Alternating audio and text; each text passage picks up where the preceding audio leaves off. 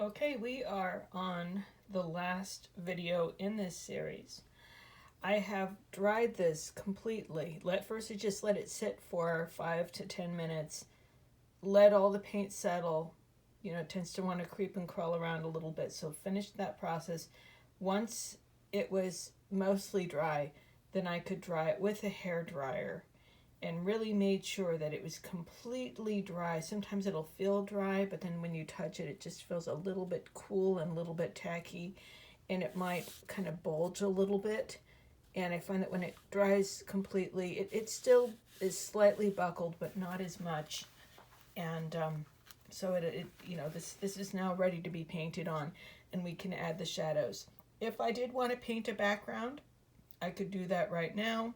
But then I would have to dry it again and then add the shadows. So that would just be even more videos. But, you know, I could mix a color, just fill in the whole thing. Once again, starting at one end, making my way to the other, and carefully painting around this edge. Not saving it for last, because then I would get a hard edge where the surrounding paint would dry.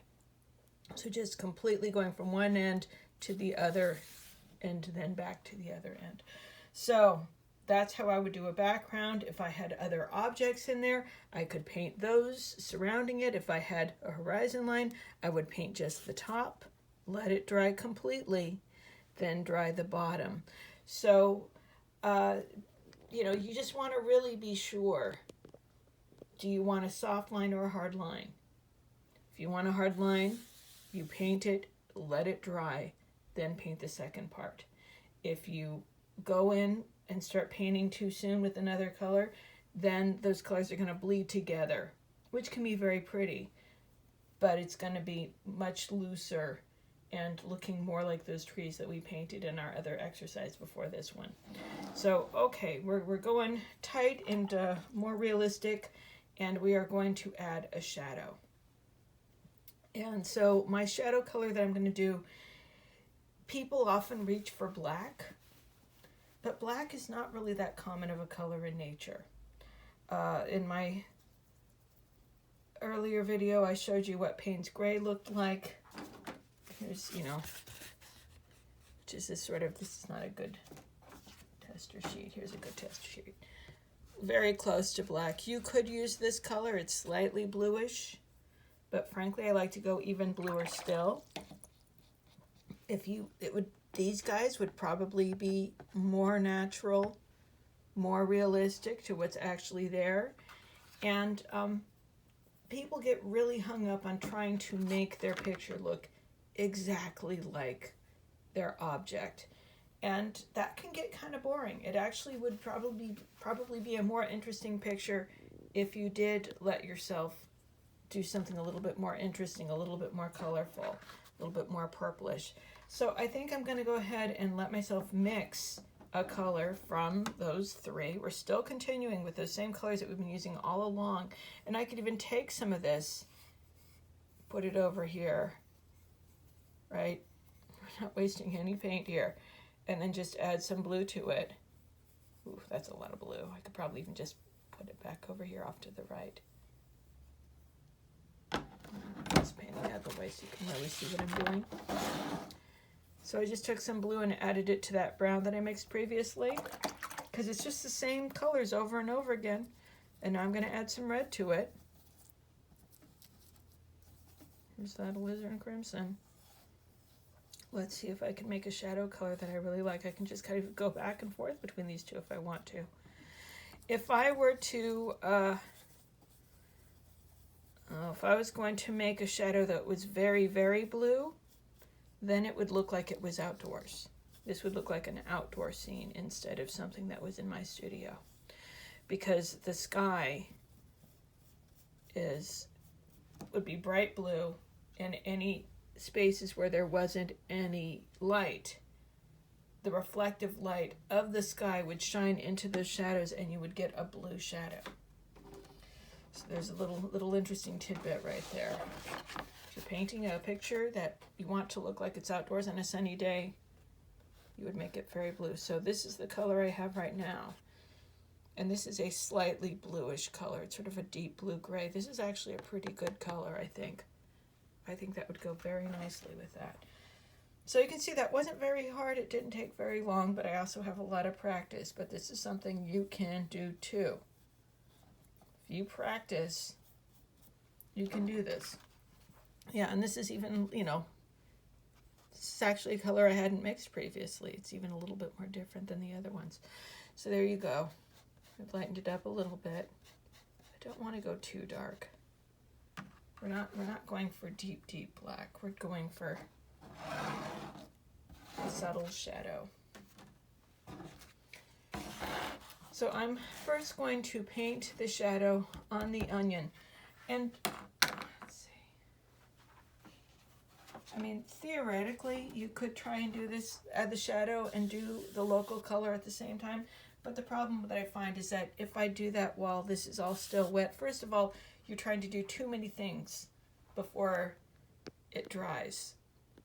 It turns into too much of a race. Second of all, when you put that shadow on and this is still wet, sometimes the shadow pushes the local color out of the way. And you want the onion to still look like it's that basic sort of burnt sienna color, that nice kind of caramel tone.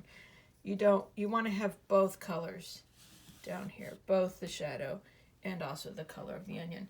So letting this onion color dry first means that we will see both. Both will definitely be there. So let's see, how do I want to do this? I'm going to apply some of that technique that we did on the background of the tree picture, where you paint everything clear and then you put your paint on top and let it float. But we're going to do it with sort of a realistic goal. So I'm very carefully only painting the onion part here.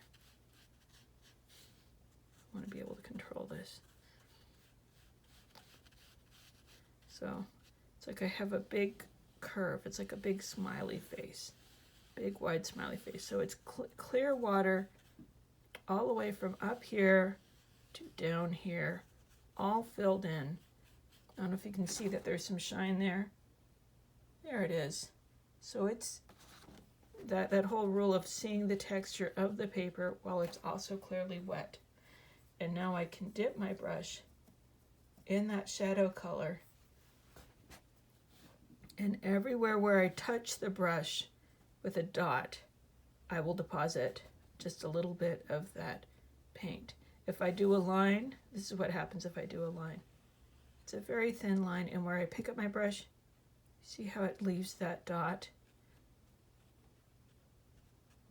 It's just something that I've encountered enough times, so I can rinse out my brush. And now I can manipulate this. I've rinsed it, I wiped it off a little bit with my hand, and I can just kind of, let's smear it around a little bit.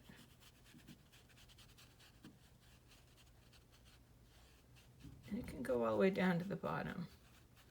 But I don't want it to be too dark, right? I didn't put it down at here. I didn't put these dots at the very bottom.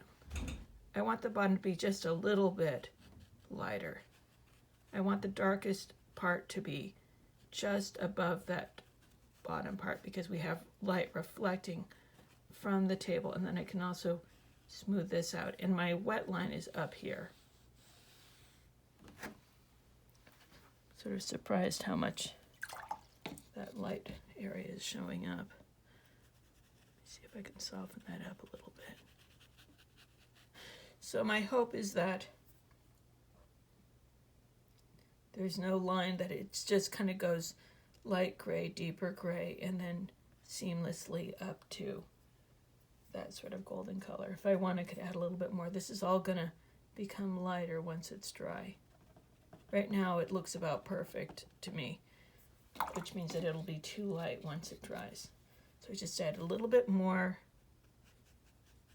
When I touch it with my brush, I'm both soaking up a little bit of that paint and also spreading it around. Rinsed up my brush, touched it a little bit. Do the same thing on the bottom half, and that's going to look like it has a shadow on it. Now, this is not completely dry, this area is the area that I'm most nervous about. Really don't want this. If it's creeping up too high, I can smooth it out a little bit, remove that paint with my wet brush. Brush is just barely wet. I'm going to do a shadow down here. And I can do this as a second step. I can dry this with a hairdryer, but I can also get away with, because it's more of the same color.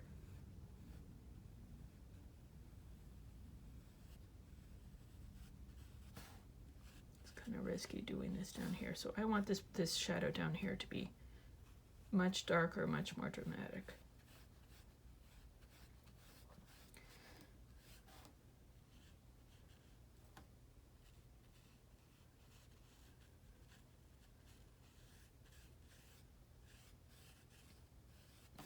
Now, here's an interesting fun fact. Not only is the table reflecting onto the onion, but the onion is also reflecting onto the table, which means, oh goodness, I've lost that brown. I have just a little bit of that brown. I should have saved it. I'm going to use what little brown I've got, and I'm just going to add that little bit of brown right here. The table is not picking up as much of the brown. See, this is already beginning to dry out. I'm wetting, making it wet again. The onion is very shiny, so it's going to pick up more of that table color of the white. The table is more matte. It's only picking up a little bit. If I go like this, then it'll look more like the onion is sitting above it. Let's see if I can. Is it too late? For whatever reason, the table part is drying much more quickly. Oh well. So there it is. I have done a picture of an onion. It's going to take a few minutes for it to dry. I could add more shadow to it later, but you can see how this is the basic stuff. This is how I make objects look like they are, if not photorealistic, at least, you know, looking like it makes sense, looking like a real picture.